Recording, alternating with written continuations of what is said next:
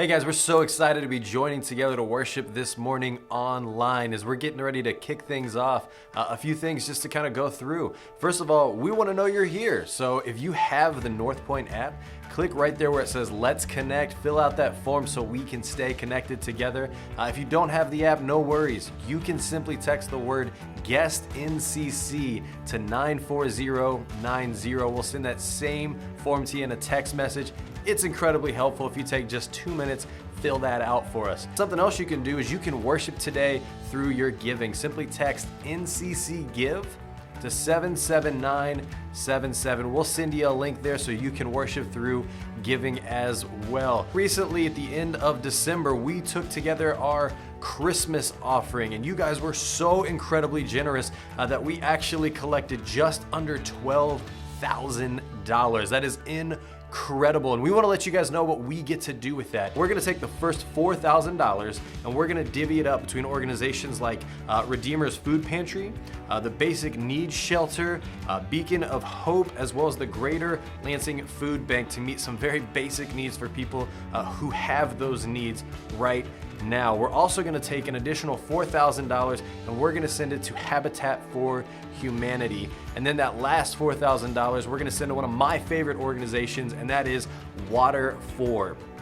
They're going to be able to take that money and completely fund a community well project in a third world location that currently has no safe drinking water. All of this happens because of your guys' generosity to meet some very tangible needs. So way to go, guys. We are so pumped about that. We got a couple things happening right here on property towards the end of the month. We're starting a brand new Equip group on January 27th called Survey of the Bible. Basically, we're going to take 8 weeks to get a full understanding of the scope, the people, the places, and the continuity of the Bible, and we're going to do all of it in a super fun way. You can check that out on the North Point app or online to get more info and register as well. And then the last Sunday of the month, January 31st, is our Compassion Sunday. For the past few years, we have partnered with Compassion International in sponsoring children from all over the world. We've especially had an emphasis in Ecuador because we have a great church plant that we were able to partner with and be a part of there as well. So we would encourage you guys, we'll have more info on that day, once again, January 31st, but be thinking about some additional sponsorship or maybe even first-time sponsorship that you can be a part of through Compassion International. Settle in, make sure you've got the app ready where it says this week's talk, as we're going to continue on with week 2 of NT90.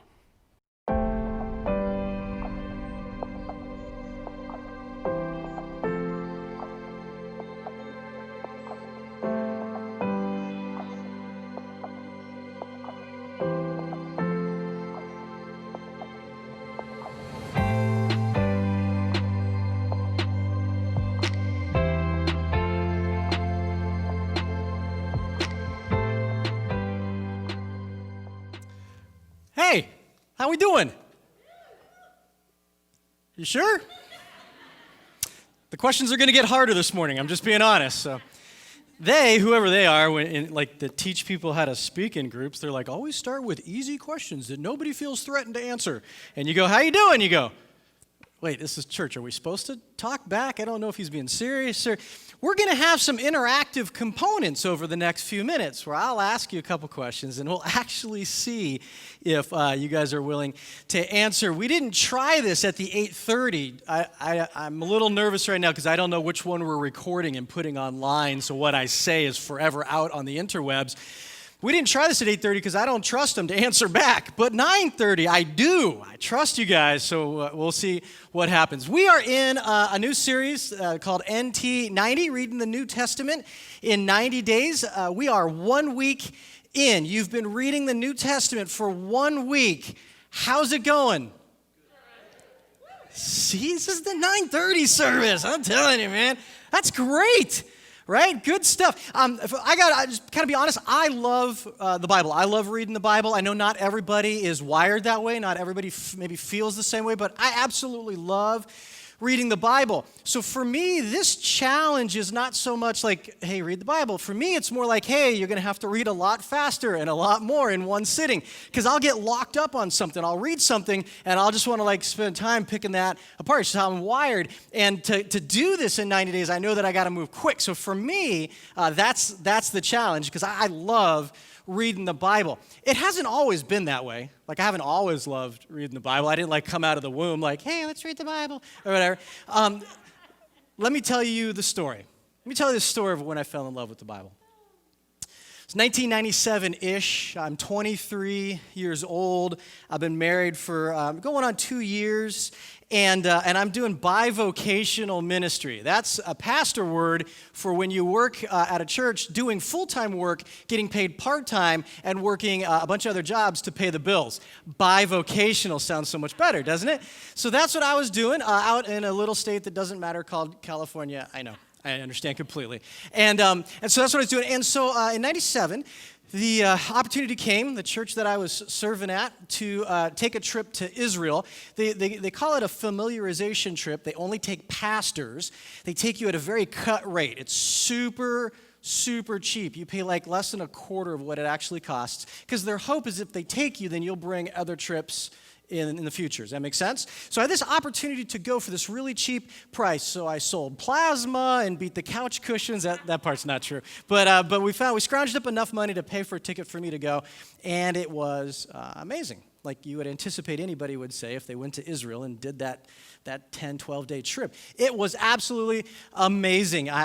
To walk in the places that you read about in the Bible, to connect to the ground that Paul was a part of, to see places like Caesarea Philippi. I had never really flown on an airplane before. I'd only been on a plane one other time. And so it's the whole experience was just phenomenal. I was with some other guys that I was doing ministry with, and so it was like being there with friends. So it was just this amazing experience. But there's two things that I remember, whatever this is, 20 years later or whatever, two key things that I still remember.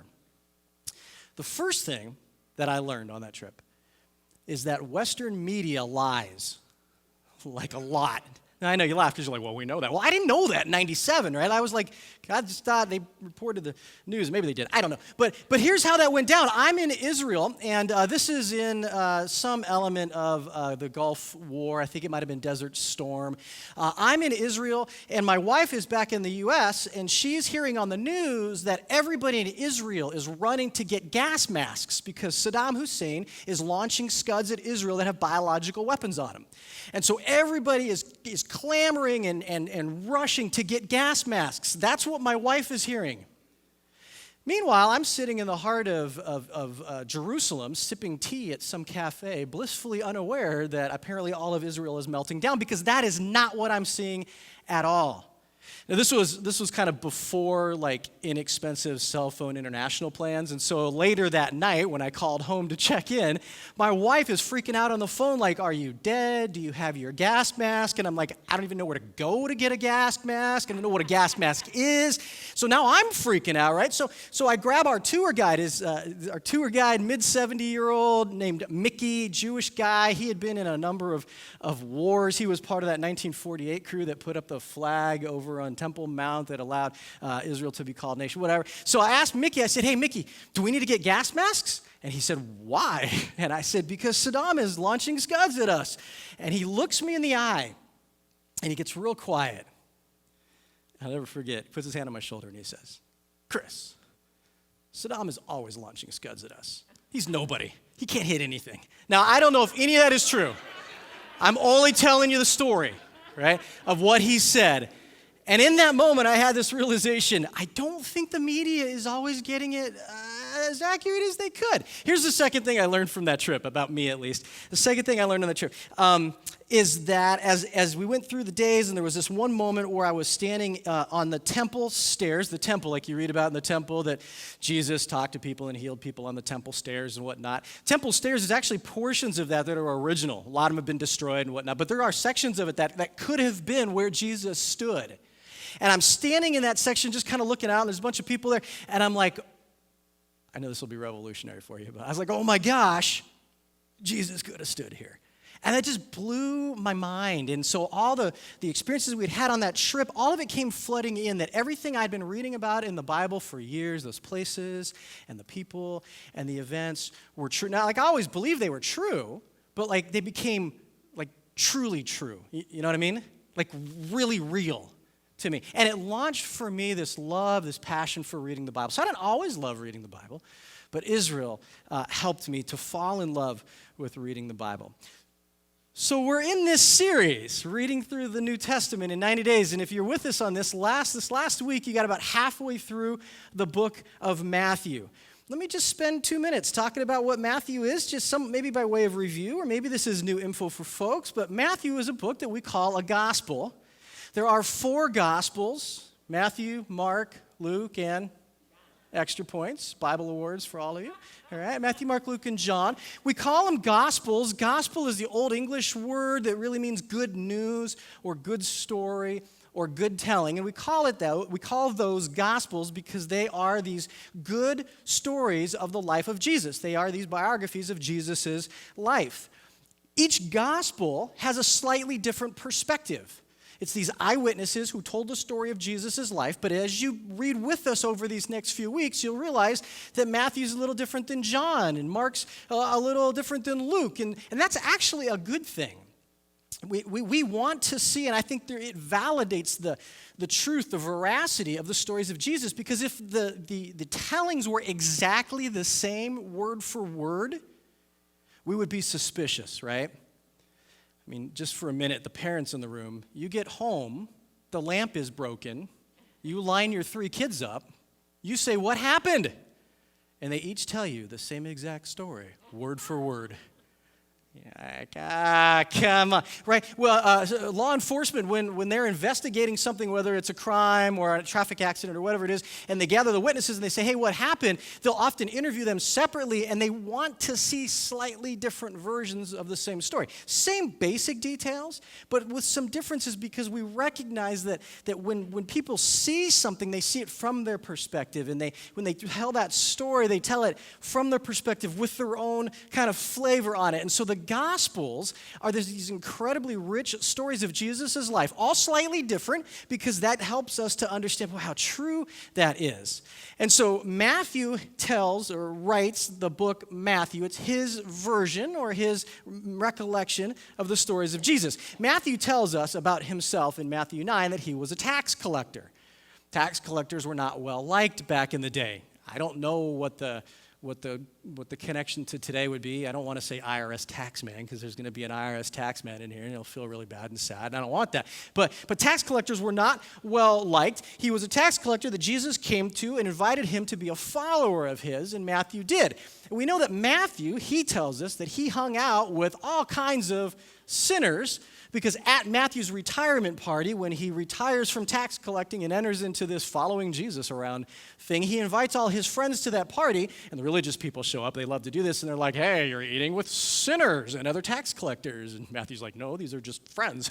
And so Matthew has this interesting friendship group. The book was written down somewhere around 70 to 100 AD, and the best dating that we have is between 70 and 80 AD. And I know if this isn't your world to figure out when like antiquities were written down, that's not a huge span of time. I know if we say between 70 and 80, you're like, that's 10 years. Can't we narrow it any further? That's actually a really, really narrow thing already. Because of the way antiquity works. It's not like today. So it's written down somewhere between 70 to 80 AD, and I know I just did numbers and some of you tuned out, and that's okay. But come back, because it's really important, because that's only 40 years after Jesus left the planet. It's only 40 years. That means that people who were part of those original events that Matthew wrote down, they would have still been alive. And so if Matthew would have been writing down things and be like, "Hey, see, this happened," and people were like, "No, it didn't. I was there. It didn't happen," it would destroy the entire book, and that hasn't happened. So that's an incredibly encouraging thing. And again, I know when we say like, "Hey, 40 years after Jesus," you're like, 40 years? It seems so long. If you're 80 years old, my guess is 40 years probably doesn't seem that long, right? You're like, "Boy, I went like that." Right? And back in the day, because we think with our modern perspective where we send an email and it's there 1 second later, but back in the day, 40 years, that was not a long time to travel from this to have it written down to be part of what the church was already using. So we're talking only a few years, and all of that just helps us have a sense that what Matthew wrote down is true and accurate. It's interesting because Matthew focuses on making sure that we understand how Jesus was king. That Jesus was this promised Messiah that the Jews had been waiting for eternity past. Matthew really wants us to understand that. And if you're using sermon-based questions in your life group or on your own this week, you'll see that one of those questions really dials in on that and asks you to come up with some reasons for that, because I think there are some clues as you read through Matthew about Matthew's perspective. So, the gospel, Matthew, is all about the story of Jesus' life. And in Matthew 9:35, he tells us that Jesus spent a lot of time going around preaching and teaching and healing. And if you've read any of the gospels, the beginning of the New Testament, then you're already aware of that. And in terms of Jesus' preaching or his teaching work, he really does mostly two things. He asks questions and he tells stories. And that's where I want to dial in today. Stories. Why does Jesus do that? Why does he tell stories? At least a third and probably closer to half of Jesus' words are stories. In church circles, we've often called them parables, but really they're just stories. And the question I want to ask is why? In a lot of ways, it seems really inefficient to tell a story when you're trying to make a point, or certainly allows opportunity for misunderstanding.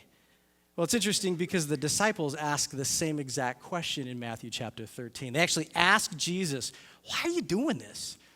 And I feel like it's a rare Jesus moment, because a lot of times Jesus is like, boys. But this time he actually just answers their question, right? It's kind of cool, Matthew 13. But before we get to that, just 2 minutes on what a parable is. I'm going to use the word story all morning long because I think that's the right word for it. But what a parable is, there's 3 types of parables, if you care. One we would call a true parable. It's this idea of a story that's told that has some meaning to it. An example might be the parable of the lost son, or if you grew up in church circles back in the day, the prodigal son, right? This idea, hey, listen up, there was this kid and he didn't like, so he asked dad for his inheritance and he took off and he squandered it and he lost everything and he was starving to death, so he came home and dad just embraced him back in. It's a story. It's got characters. It's called a true parable. There's a type that's called a similitude. A similitude is an illustration taken from everyday life. Jesus would say, beware the yeast of the Pharisees. Wait, the what? Yeast, very natural thing, something they would have used every day, and it's a part of their everyday life. Or fruit trees. Like, you'll know the type of tree by the fruit they produce. Fruit trees, a very natural, everyday, common thing. The third type of parable is what we'd call a metaphor or a simile. It really is a comparison between two things. Jesus, for example, said, you are the salt of the earth. It's a type of parable, right? Or he said, the kingdom of heaven is like. You go on to describe a lost coin or a lost sheep or whatever it might be. And these are the different types of parables. Parables have a purpose. They're not just fun stories for the heck of telling a story. They have a purpose, and their purpose is really calling forth a response on the part of the hearer. They weren't used to just like augment the message. They were the message. And the story itself required some element of a response. People walked away from a parable thinking, oh man, I need to. Oh man, I don't want to. It was a good response or a bad response. There was some kind of response. Parables seldom needed interpretation for the original hearer.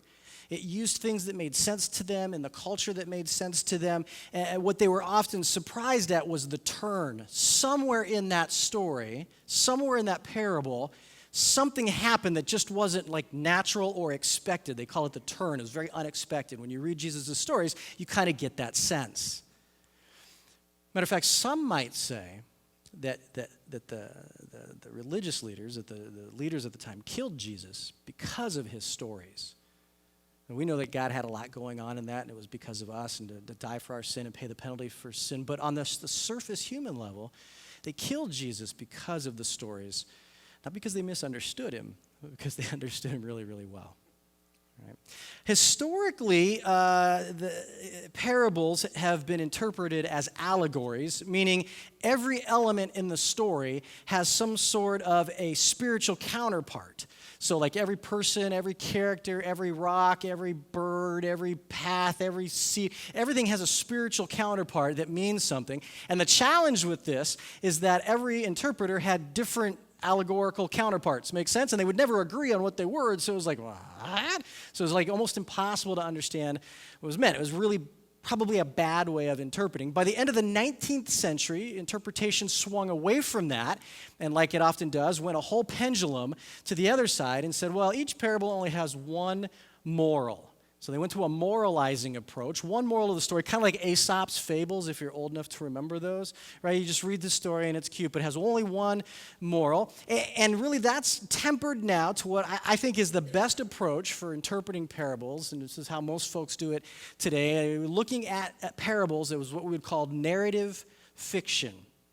It's where like there's different characters in the story. We can relate to those different characters, and we can all relate to different characters in the story and experience the story from the perspective of that character, which then allows for us to have lots of different personal applications. And many would say there's tons of different possible personal applications, but there's only one interpretation. There's not endless interpretations, but there might be a bunch of different applications. See, Jesus told these specific stories to a specific people in a specific time for a specific purpose, and sometimes that fact can get lost in our drive to understand the parable. We always, like any good, if I use the word hermeneutic, any good hermeneutics, any good interpretation of Scripture should do, it goes back to that original context. Why did Jesus tell that story? What did he mean when he told it for his original audience? All that to say, Jesus' disciples asked him why he told so many stories, and here's the answer. Matthew chapter 13, starting in verse 1. If you have a Bible, we'd love you to have that out. If you have the North Point app, this is a great time to pull that out. The verses are in there. There's some follow-along stuff as well. The verses will also pop up on the screen just in case. Here we go, the big question in chapter 13, Matthew, verse 1. It says, "At about that same time, Jesus left the house and sat on the beach. And in no time at all, a crowd gathered along the shoreline, forcing him to get into a boat. Using the boat as a pulpit, he addressed his congregation, telling stories." We just start there to say, like, on the beach with Jesus. Doesn't that sound good? Some of you heard the word beach and you were already there. I just heard beach and I was there. I don't care what happens. Right? On the beach with Jesus, telling stories. Clearly, Jesus knew how to tell a story. That just makes you want to like grab a blanket and curl up. Now, as an aside, let me just say, this morning I'm using what's called the Message version of the Bible.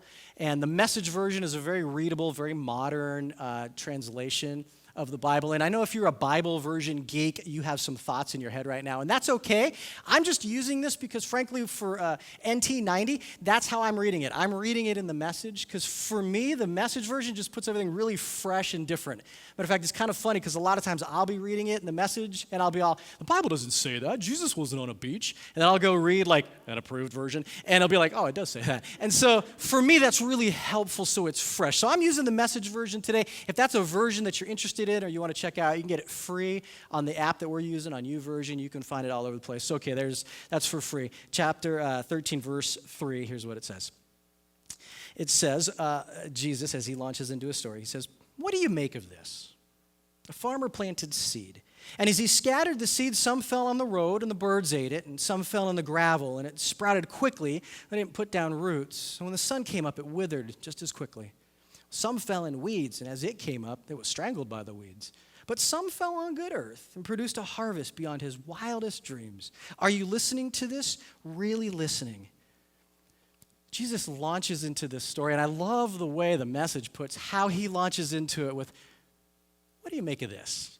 Like, isn't that a great intro? Doesn't it make you just want to lean in and listen and have this dialogue? And so Jesus goes on to tell this really simple story. It's not like it's rocket science. We don't have to dig too hard to understand it. Farmers scattering seed, there's 4 kinds of soils that it falls on. One is that it falls on the road and birds come and eat it away, and one falls in gravel and it's like not enough soil, so it starts to sprout, but it burns out with the sun. The other one falls in weeds and the weeds choke it out. And the other one falls on good soil and it grows to this exponential growth. And it seems pretty natural after hearing this story, especially in an agrarian culture, that they would be thinking, well, man, I want that 4th kind of soil, right? And then it doesn't seem to be a huge leap to begin thinking, well, honestly, I want to be that 4th kind of soil. And so it's not rocket science. I mean, that's kind of the story. So we get to verse 10, and the disciples grab Jesus. The disciples come up to him and asked, why do you tell stories? And here we are, where we started a few minutes ago, answering the question, why does Jesus tell stories? Why doesn't Jesus just come straight out and say, hey, stop it? Or, hey, you should obey God. Start listening to him. Sermon over, go home. Right? Why does he tell it in stories? Why that? Let me ask you a question and see what comes out. And this is the interactive part, just by ground rules here. Why does your dad tell stories? This just got dangerous, huh? Oh, bad dad jokes, right? Why does dad tell dad jokes? Jokes are really stories, aren't they? Little short stories. You remember them? Dad tells stories so you remember them? What about this? Why do commercials, the best commercials, why do commercials tell stories? Sure, commercials want you to buy the product, but they could say, like, hey, deodorant, buy it. But no, they tell this whole story, right? Like if you use this deodorant, then you're going to be this macho man and your beard will grow in 30 seconds and the women will flock to you. Deer will just stand there and allow you to shoot them. They'll fall over dead for you. It's amazing, this deodorant. Why do they tell that story? What's that? You remember it. Interest association. Why is a big deal, right? Changes your thinking. Why do movies tell stories?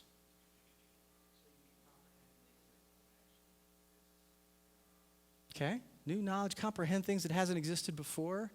Why do movies tell stories? The best movies. Keeps your interest. Entertainment. Hold all those thoughts. Let's go back to Jesus. Verse 11.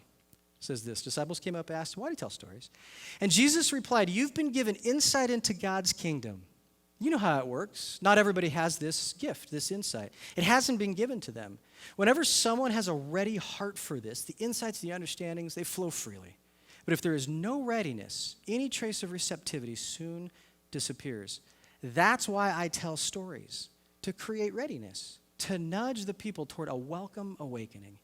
In their present state, they can stare till doomsday and not see it, listen till they're blue in the face and not get it. I don't want Isaiah's forecast repeated all over again, where he says, your ears are open, but they don't hear a thing. Your eyes are awake, but don't see a thing. The people are stupid. They stick their fingers in their ears. They won't have to listen. They screw their eyes shut so they won't have to look.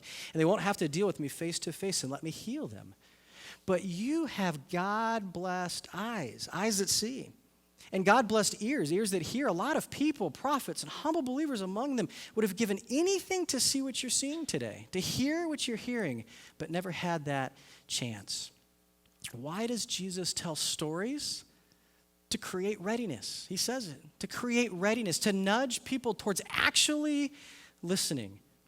So the disciples were Jews. They had all this Bible, God background from birth. They studied the Bible. They memorized most of it. It was part of their matrix, right? And the disciples had been with Jesus now probably a couple of years. And so they had this taste of what like kingdom living with God through Jesus was like. They had a taste of it.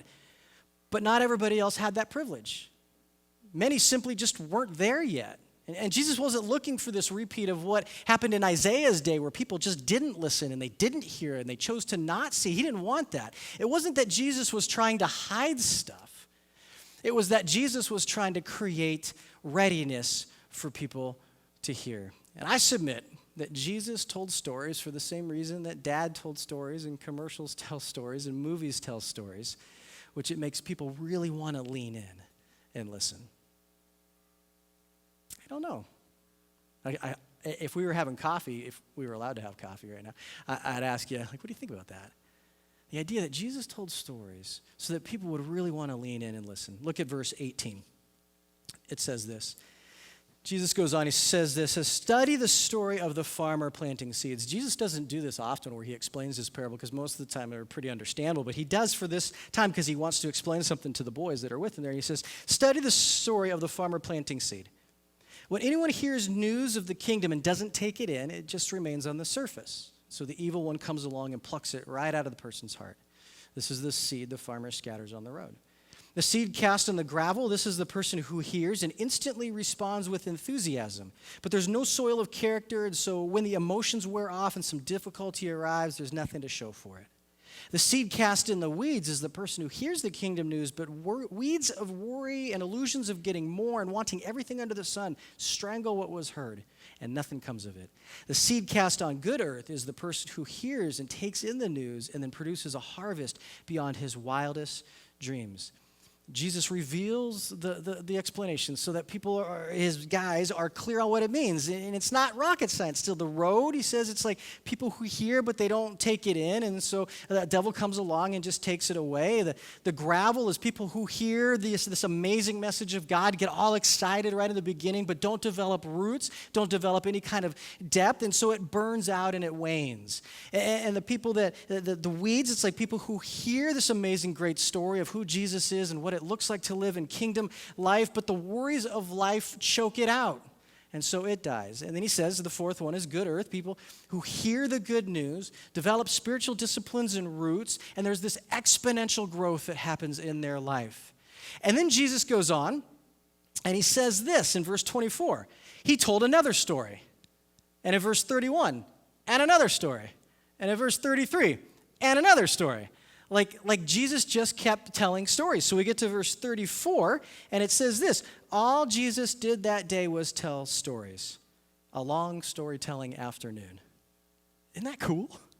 Wouldn't that just be fun?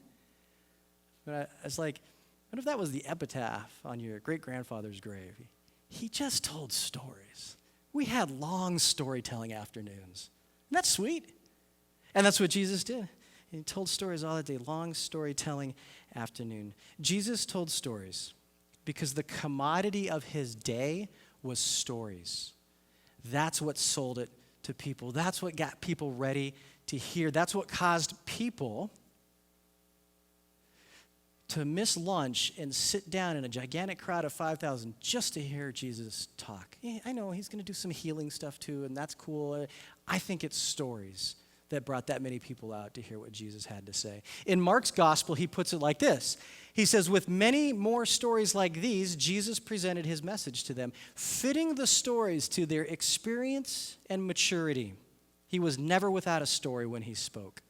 Like, that's genius. Here's the coolest connection as we draw it to us today, because fine, Jesus told stories, we know what they are, great, okay, fine. But here's how that connects to us. The coolest part is that the commodity today is still stories.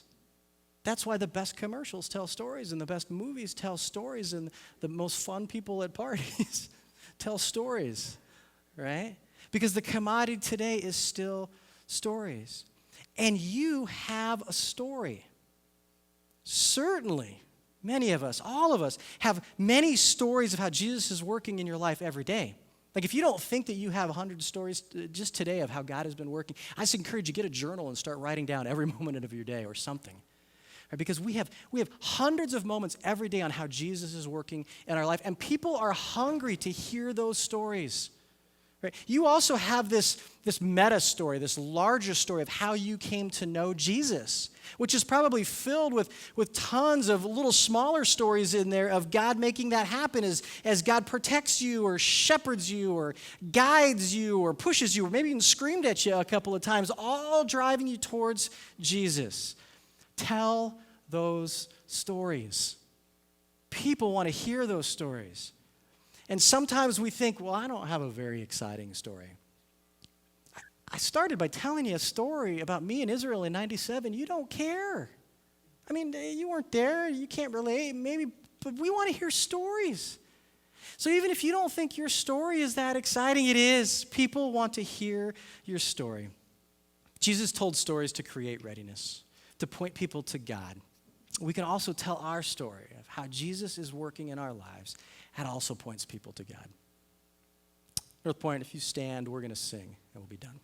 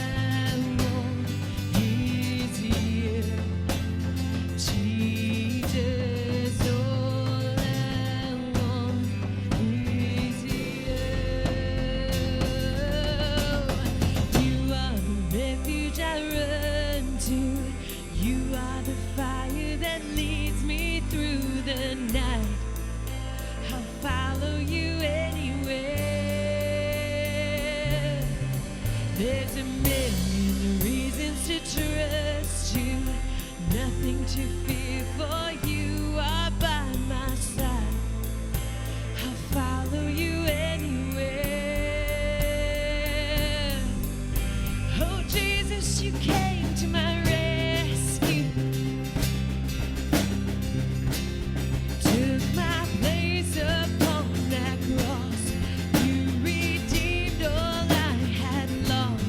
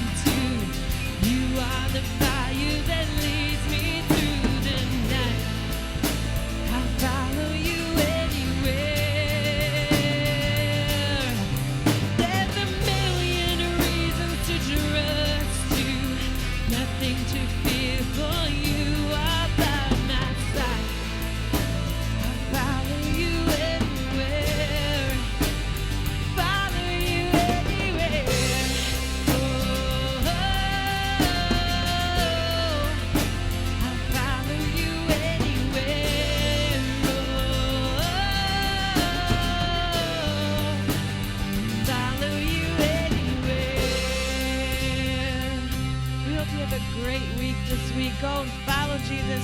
Make disciples. We'll see you next Sunday.